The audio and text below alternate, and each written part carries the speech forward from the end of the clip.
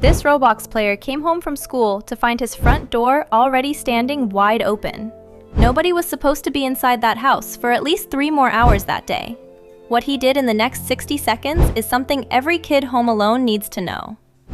Noah was 14, and he walked home to an empty house every single day after school. His mother worked late shifts, so the afternoons belonged completely to Noah and his computer. He would drop his backpack, grab a snack, and log on to Roblox until she got home. For most of that year, though, his family had been quietly falling apart over one person. That person was his grandfather Walt, who lived alone in a small house across town. Walt had taught Noah how to play chess back when Noah was barely in the 2nd grade. For years, his grandfather had been the sharpest, funniest man that Noah had ever known. But that year, something in Walt had started to quietly slip away, piece by piece. He forgot small things first, like names and appointments and where he had parked the car. Then he forgot bigger things, like whether he had eaten or what day of the week it was. Noah's mother spent every weekend driving across town to check on him and clean his house, and the dinner table at home had turned into the same tense argument almost every night. His mother wanted Walt to move in with them, where somebody could finally keep him safe. Walt refused, again and again, insisting that he was perfectly fine living all on his own. Noah, honestly, was tired of it, because the whole house revolved around Grandpa and his problems. He had given up weekends, given up his mother's attention, and he had started to resent it. One night, Noah muttered that he wished things could just go back to how they used to be. He did not know yet that everything was about to change on a normal Tuesday afternoon. That Tuesday, Noah walked up his street the same way he had 1,000 times before. He was already thinking about the game he wanted to play the moment he reached his driveway. Then he looked up at his house, and every single thought in his head went completely silent. The front door of his home was standing wide open, swung all the way back on its hinges. His mother was at work, and her car was gone, exactly the way it should have been. His grandfather lived across town and had no key and no reason to ever be here. Nobody at all was supposed to be inside that house, and yet that door was hanging open. Noah stopped dead on the sidewalk, and his heart started slamming hard against his ribs. Every story he had ever heard about home break-ins came flooding back into his mind at once. And then, through the open doorway, he saw a shadow move slowly across the living room wall. Noah's first instinct was the one almost every single kid has, which was to run inside and look. He wanted to know who was in his house, and some part of him wanted to be brave. But here is the single most important thing that police officers want every young person to remember. If you ever come home to a door standing open, you do not go inside that house. The person who opened it could still be in there, and your safety matters more than anything else. Police say to back away quietly, get somewhere safe, and call for help right away. Something in Noah, maybe a lesson half remembered, made him take one slow step backward instead. He backed off the porch, down the driveway, and across the street to his neighbor's tall hedge. Through the window, he thought he saw a curtain shift, and his whole body went ice cold. With shaking hands, he pulled out his phone and dialed the 3 numbers, 911. He whispered to the operator that his front door was open and someone was inside his house. The operator told him to stay exactly where he was and to keep his eyes on the door. Then Noah called his mother, and he heard her voice climb with fear as she started driving. He crouched behind the hedge, watching that open door, waiting for something to come out of it.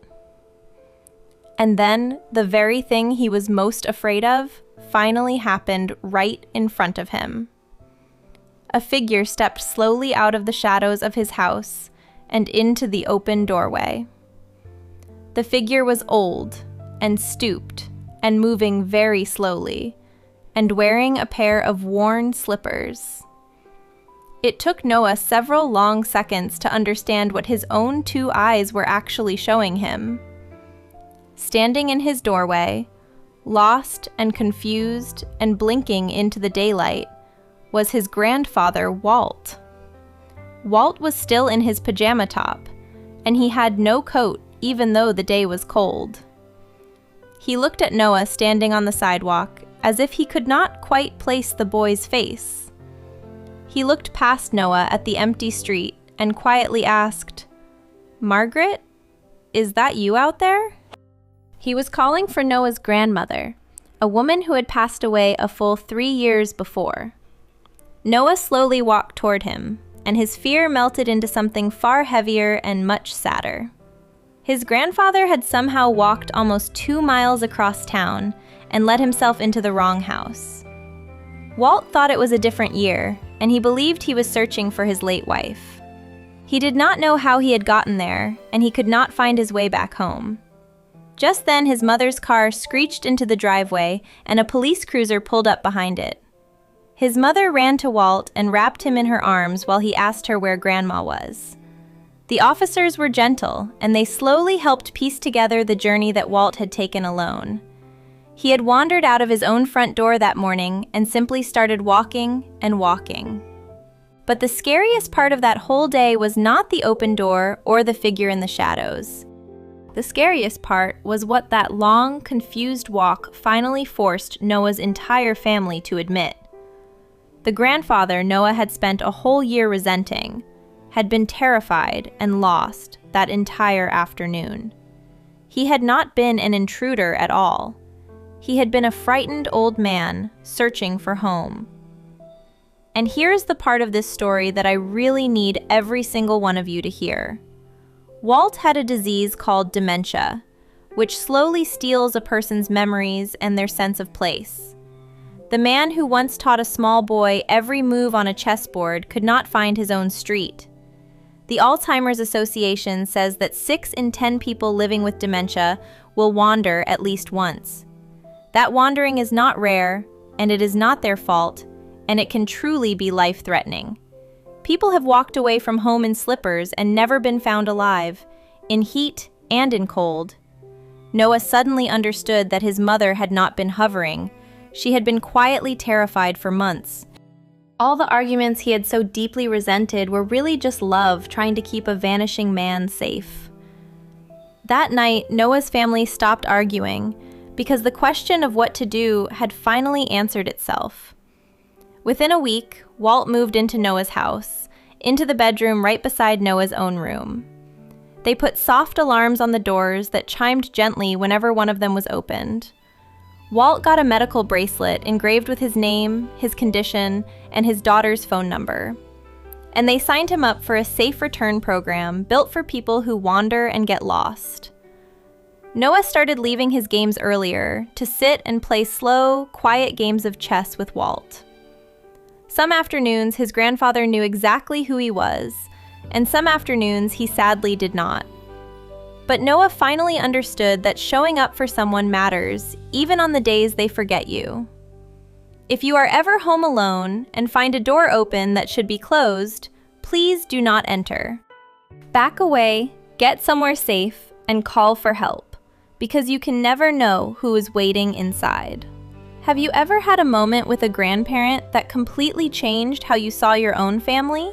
Tell me about them down in the comments below, because those are the stories most worth keeping alive. If you watched all the way to the end, then you understand this was never really a scary story.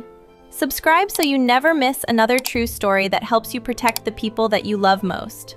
Take care of each other out there, and I will see you again in the very next one.